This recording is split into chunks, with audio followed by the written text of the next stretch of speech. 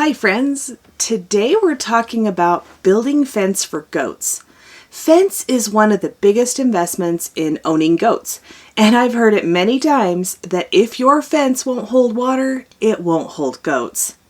That sure seems true sometimes, but today I'm going to share some strategies we've used to successfully fence our goats, keep them contained, and keep them safe from predators. Let's get to it. Hey friends, welcome to the Get Goat-Wise podcast. Are you longing to raise goats and other animals for food but don't know where to start? Do you want to be more self-sufficient and less dependent on the grocery store? Do you wish you had a mentor to walk you through raising livestock? Hi, I'm Millie, animal scientist, cattle girl turned goat rancher, co-owner of Dry Creek Livestock, and simple living enthusiast.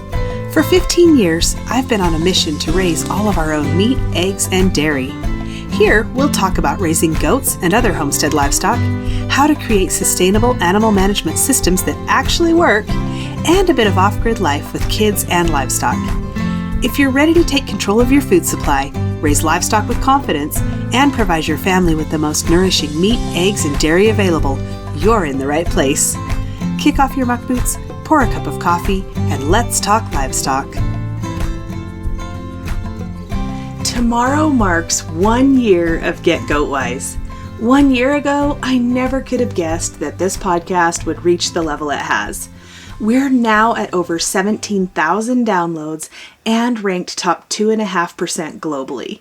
That's hard to wrap my head around, but I'm grateful for all of you who tune in every week, and I'm excited for what this next year will bring on the podcast. If you like what we're doing here on the podcast, could you head over to Apple Podcasts and leave me a review? Scroll down to ratings and reviews, click on the purple words that say write a review, then give me some stars and tell me what you think. I love hearing from you, and it's the very best way to say thank you and to help other people find the podcast. What's happening on the ranch?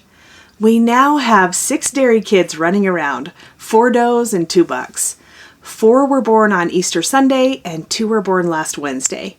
So 3 of the 4 dairy does have kidded, and we're at 200% kid crop with 1 doe left to kid. Not bad. Everything was completely unassisted, and all the does got their kids up and going on their own. The oldest ones are a week old today, so I'll be disbudding them. I'm only disbudding dairy goats this year, and I'd prefer not to, but typically people don't want horns on dairy goats, and some of these will be up for sale. I leave horns on everything else nowadays. In episode 7, I dive into all the pros and cons of disbudding, so go check that one out if you want to know more about disbudding. The Americana chicks are ready to come out of the brooder and go to the barn. I was never able to get the rest of the chicks I wanted at the farm stores, but a friend was at a chicken show last weekend and found hatching eggs that were exactly what I was looking for, so he got those for me and even offered to hatch them out. So I'll let you know how that goes. We took 10 goats for processing last week, and we'll pick up the meat at the end of this week or early next week.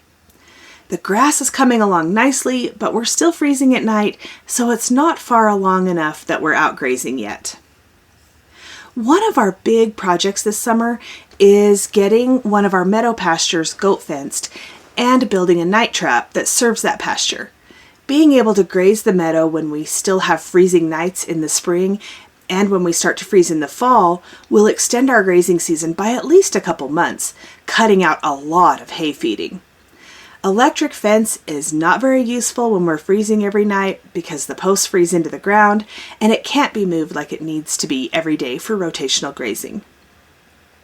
I get a lot of questions about fencing for goats, and I want to answer some of those today. When you get goats, as far as fence goes, you need 2 things: a place to contain them when necessary and a good perimeter fence. Most of the time, the goats are out roaming on pasture, grazing, and pretty much living their best life. To keep them safe at night, we put them in pens that we call night traps. That term is just a carryover from our cattle backgrounds many years ago. There's nothing about them that's actually a trap. These pens are 100 feet by 200 feet, so there's lots of space. They're made of 5-foot non-climb horse fence, which has 2x4 squares that they can't get their heads through and predators can't climb through to get in the pen. And we added an offset hot wire on the inside, about 8 to 10 inches above the ground and 5 to 6 inches off the fence. That keeps the goats from destroying the fence by rubbing on it. If we ever feel like we're getting hard predator pressure on the outside of the fence, we'll add a hot wire there too. But so far, so good. I was told that the only way to be sure to keep livestock guardian dogs from jumping out was to go 5 feet high with the fence. It works. Ava jumped out once, but it was the year of eternal snow, and she only had to jump about 3.5 feet to get out. Dogs may dig out if they have a motivating reason, but the hot wire discourages digging. In the gate openings where there isn't a hot wire, we lay rubber belting down to keep dogs and predators from digging there. The goats' water and mineral are in these pens, and at the end of the day, the goats wander back to the pen, get a drink, and bed down for the night. This keeps them safe from predators and keeps them out of trouble. In the morning, we open the gate and off they go for the day, usually coming back for a drink and a nap in the middle of the day, and then back out on grass for the afternoon. The goats will spend a lot of the winter in the night trap pens. Their water's in there, and we usually feed them in there, but that will change this next winter. They'll still go in there to get a drink and at night to keep them safe from predators, just like in the summer, but we plan to feed hay out on pasture to make best use of that litter and manure to improve soil health. When we first got goats, we used utility panels. They're like cattle panels, but they have 4-inch squares, so the goats can't get their heads stuck. They're 60 inches tall, so the goats won't usually jump them. We either pounded in T-posts or wired the utility panels to regular horse panels so we could move them easily. We have shelters attached to each of these pens, and we still use them for buck pens in the winter. And if you have just a few goats, this is a great affordable option. Once you have a place to contain them and keep them safe, you need a good perimeter fence, one that will keep them on your property and out of your neighbor's garden. How you build this fence will depend on a couple of things: the amount of pressure it will get, and if you're depending on that fence for protection or just containment. If you want the perimeter fence to provide protection, especially from town dogs, which, if you have free-ranging dogs in your area, are the biggest threat to your goats, you'll need to go with wire fencing that has 4x4 squares or smaller. Field fence will slow down dogs and deter big ones, but a lot of dogs can get through field fence, no problem. Dogs can't climb through 4x4 squares. Now, if a dog is serious about getting to your goats and they can't get through, they'll go under. So that's why I like having a nearly predator-proof pen for the goats. I can sleep peacefully at night, and so can the goats. The other factor is the amount of pressure the fence will get from your goats. This is determined by the number of goats you have and the amount of land you're fencing. If you're fencing a large area and there are fewer goats per acre or per square foot, with more than adequate feed, the fence pressure will be low. They won't be tempted to reach through the fence for grass, and they're less likely to use the fence to rub on. In this case, you can use a less expensive field fence and even reinforce it with a hot wire to discourage them from sticking their heads through or rubbing. If you're fencing a smaller area with more goats per acre, the pressure will be much higher. If the goats will eat all the feed on your land and be tempted to reach through the fence for grass, you need a stronger fence. If they're in a small space, your fence is likely to become their scratching area, and that is destructive on the fence. In this case, you'd want to use wire with 4x4 squares or smaller to keep them from hurting themselves, and I'd use a hot wire to keep them from ruining your fence. As far as our perimeter fences, when we first got goats, we were in town fencing 2.5 acres, and we already had cattle panels and wood post fence all the way around the perimeter. Because we already had that, we didn't want to rebuild the fence, so we just added a hot wire. And honestly, it worked really great for the goats, but the town dogs could crawl right through it. So that became a problem. We also had a 5-acre irrigated pasture in town, and we fenced that with 5-foot non-climb horse fence with the 2x4 squares. Now, our town has major dog issues. People just do not keep their dogs in. But with that fence, we never had a goat escape, and we never had a dog in the goats. But the goats did rub on it, and we need to restretch parts of the fence and add a hot wire to stop the rubbing. That fence was probably overkill, but it worked. If I were to redo that pasture over again, to save money, I'd either do 4-foot non-climb horse fence with a row or two of barbed wire to get to 5 feet high, or I'd consider using the net fence with 4x4 squares and a couple strings of barbed wire. It definitely needs a hot wire though. We also don't have livestock guardian dogs when we take goats to town, so the fence is their only protection. Barking is the primary protection and predator deterrent for our dogs, so they don't belong in town. When we moved out where we are now, we started with just electric netting. It worked, and it worked well, but it was a lot of work. We still use electric netting, but we're gradually working on our infrastructure to replace the use of netting, especially in brushy places where it's very hard to work with. Electric netting will always have a job here. Its purpose is just shifting more to pasture management and rotational grazing and less for containment and protection. Check out episode 13 for all the details on electric fence and goats. In a perfect world, we'd build a perimeter fence around all of our land and then use electric interior fencing for pasture rotation.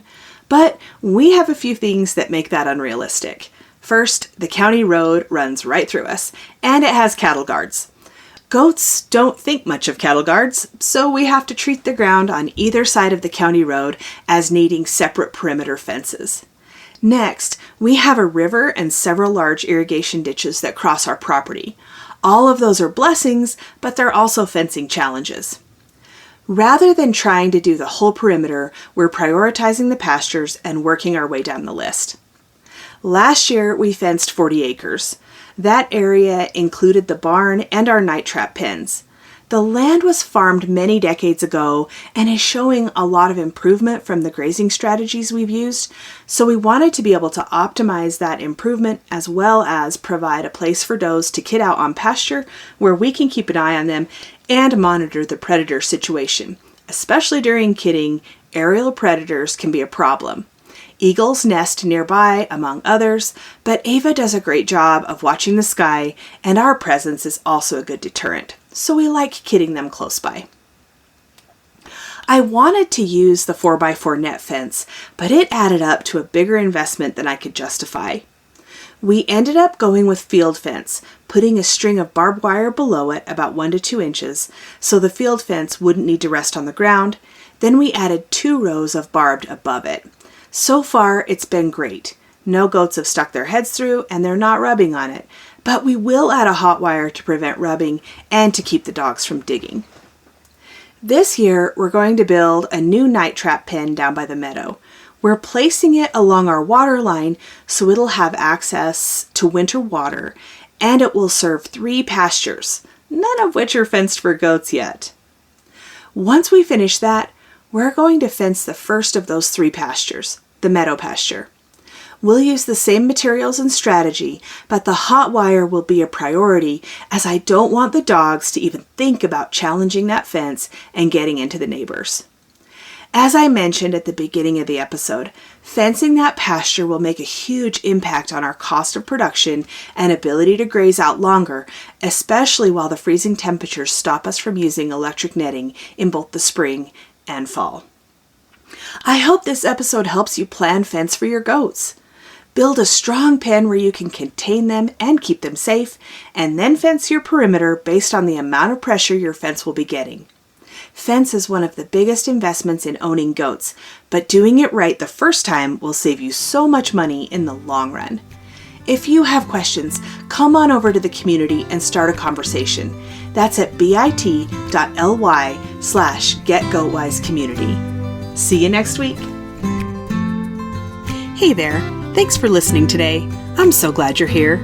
If this episode helped you or encouraged you in some way, share the link with your homesteading friends. And if you really want to help me out, click on over to Apple Podcasts and leave a rating and a review. You can connect with me on Instagram or email linked in the show notes, and meet me back here soon for more Get Goat Wise.